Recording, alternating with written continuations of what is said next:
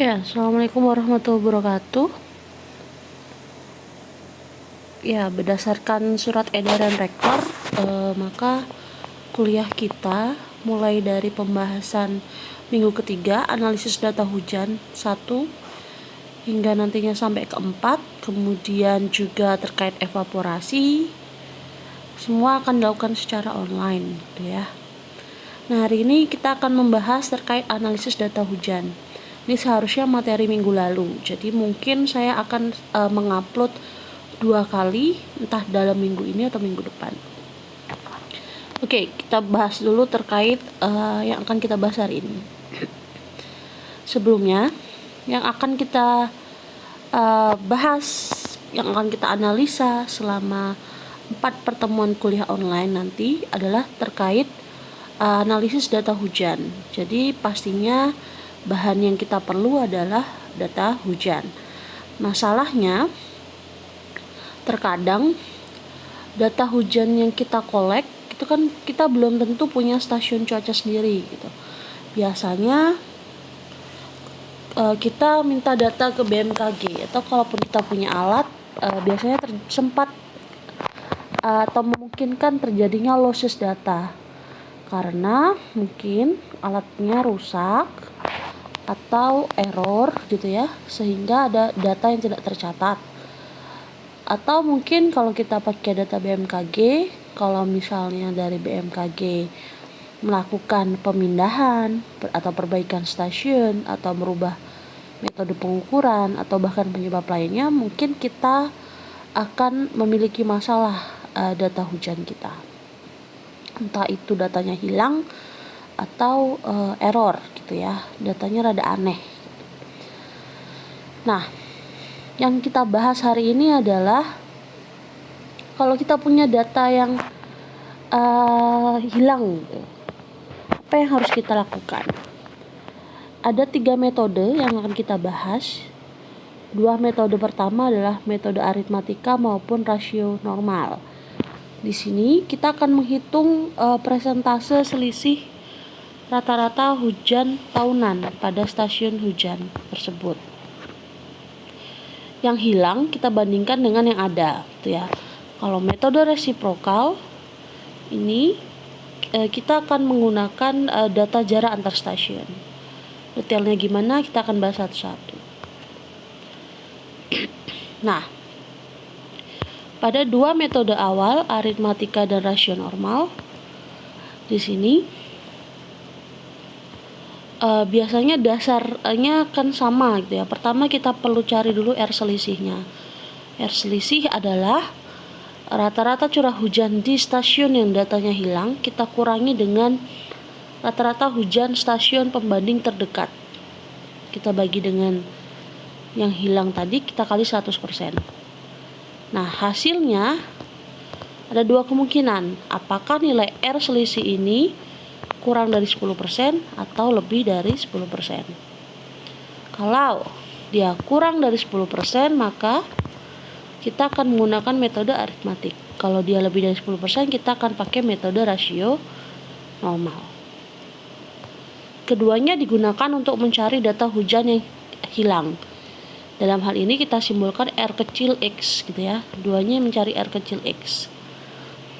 Caranya, kalau metode aritmatik sebenarnya kita perlu data hujan pada stasiun ke N pada waktu yang sama dengan data hilang. Jadi kalau data hujan stasiun sekitar itu ada beberapa, ya kita pakai semua, terus kita rata-rata. Sebenarnya ada rumus rata-rata ya kalau aritmatik.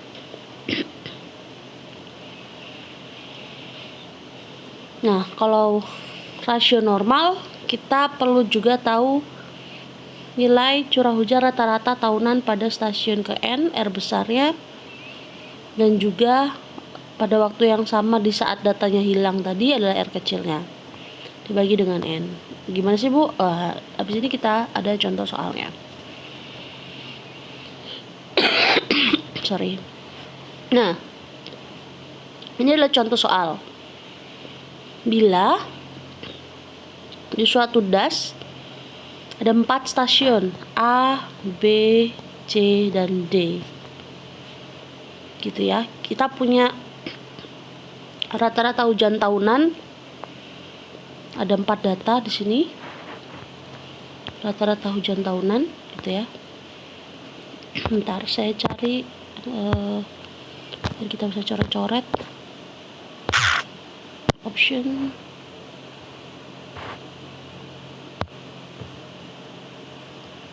Sorry. Sebentar ya. Nah, ini dia.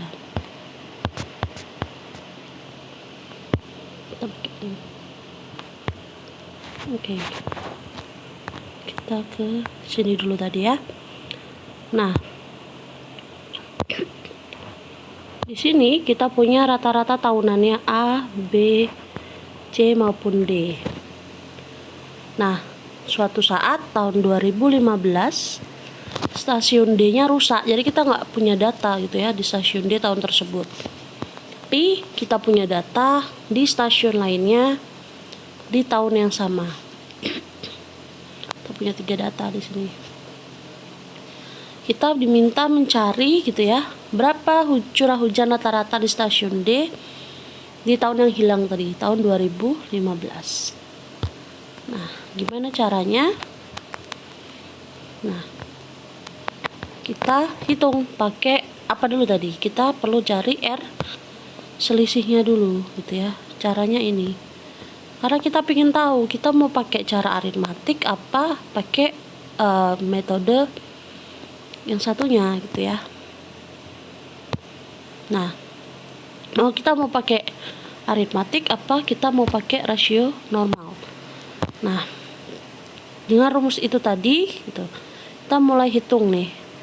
Karena tadi yang ada datanya adalah A, B, C, sementara yang hilang adalah yang D, maka kita hitung R selisih antara stasiun D yang hilang dengan stasiun A, D dengan B, dan D dengan C. Jadi ada 3 yang kita hitung. Nah, rumusnya menggunakan rumus di atas gitu ya. Jadi ketiganya sebenarnya kita kali dengan 100%, makanya di sini ada 100%, dia pindah ke depan. Kemudian R adalah curah hujan rata-rata tahunan yang ada di stasiun D. Jadi yang ini adalah curah hujan rata-rata tahunan di stasiun D. Jadi ini adalah R besar dikurangi dengan RD. Nah, RD di sini adalah nilai yang ada di stasiun A gitu ya.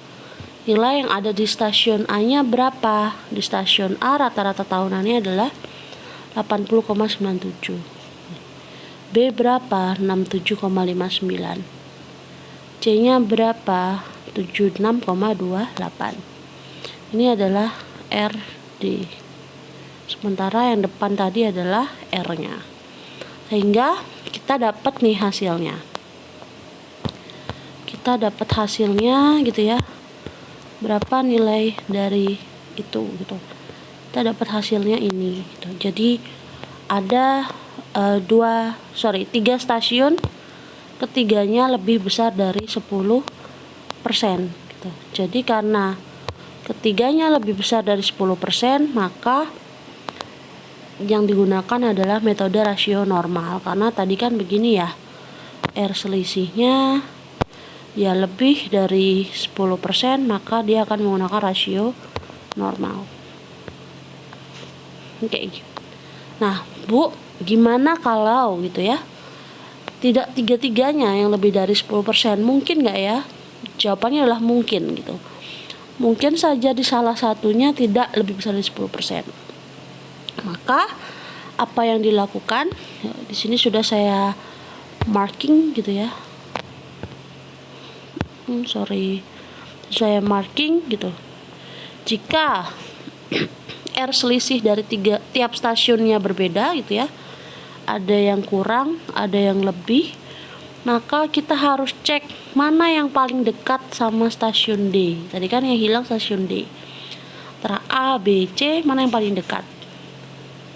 Nah, nanti Baru kita cek R selisihnya yang paling dekat misalnya adalah stasiun B, maka misalnya R selisihnya kurang dari 10% dengan stasiun B, jadi RDB-nya kurang dari 10%, maka kita akan pakai metode aritmatika. Tapi kalau lebih besar ya kita akan menggunakan metode rasio normal. Jadi kuncinya adalah cek dari tiga-tiganya dulu, mana stasiun terdekat, kemudian pakailah dasarnya R selisihnya untuk menentukan metodenya metode apa. Kurang dari 10% aritmatik, lebih besar dari 10% adalah rasio normal. Oke. Nah, itu penentuan metodenya. Bagaimana dengan curah hujan yang hilang, ya kan? Pertanyaannya kan itu pada stasiun D di tahun 2015. Nah, karena kita sudah tahu metodenya rasio normal, jadi kita pakai cara ini gitu ya.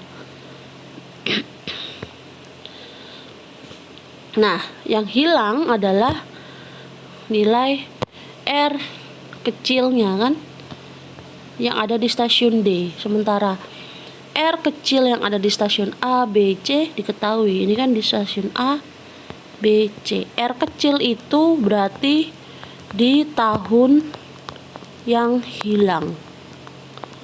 Sementara R besar adalah rata-rata tahunan. Nah, kita cek deh di soal gitu ya. Karena yang dihilang adalah stasiun D, maka rata-rata tahunan tadi stasiun D adalah 92,01. Maka benar, ya kan? R besar X-nya adalah 92,01. Dibagi 3 karena 3 stasiun, kemudian R kecil tadi adalah data di tahun yang hilang, maka dari 3 stasiun yang lain di tahun 2015 tadi ada 91,1, 72,23 dan 79,8. Ini akan jadi R kecil. Sementara pernya adalah nilai yang rata-rata tahunannya yang ada di stasiun A, B, dan C. Nah, ini adalah yang ada di stasiun A, B, dan C. Gitu ya. A, B, dan C. 80, 67, dan 76. Maka diketahuilah nilai curah hujan di stasiun D yang hilang di tahun 2015 adalah 99,41 mm. Nah, ada cara lain nih yang dianggap lebih presisi dibandingkan dua metode tadi, yaitu metode resiprokal. Nah, metode resiprokal ini syaratnya kita harus punya data jarak antar stasiun. Bentar. Nah, contoh nih ya, yang hilang adalah stasiun X. Nah, kita perlu data curah hujan lain. Kebetulan di sini contohnya ada 3 stasiun lagi. Kalau lebih dari 3, Bu, ya sepunya kita gitu ya. Ini ada stasiun A, B, dan C. Dari stasiun A dan X, karena yang hilang adalah X, kita perlu tahu jaraknya. Dia udah kasih tahu nih jaraknya. Jaraknya adalah LA, yaitu jarak antara stasiun A dan X. Jarak stasiun B, berarti stasiun yang lain, dengan X adalah LB. Jarak stasiun C dengan X adalah LC.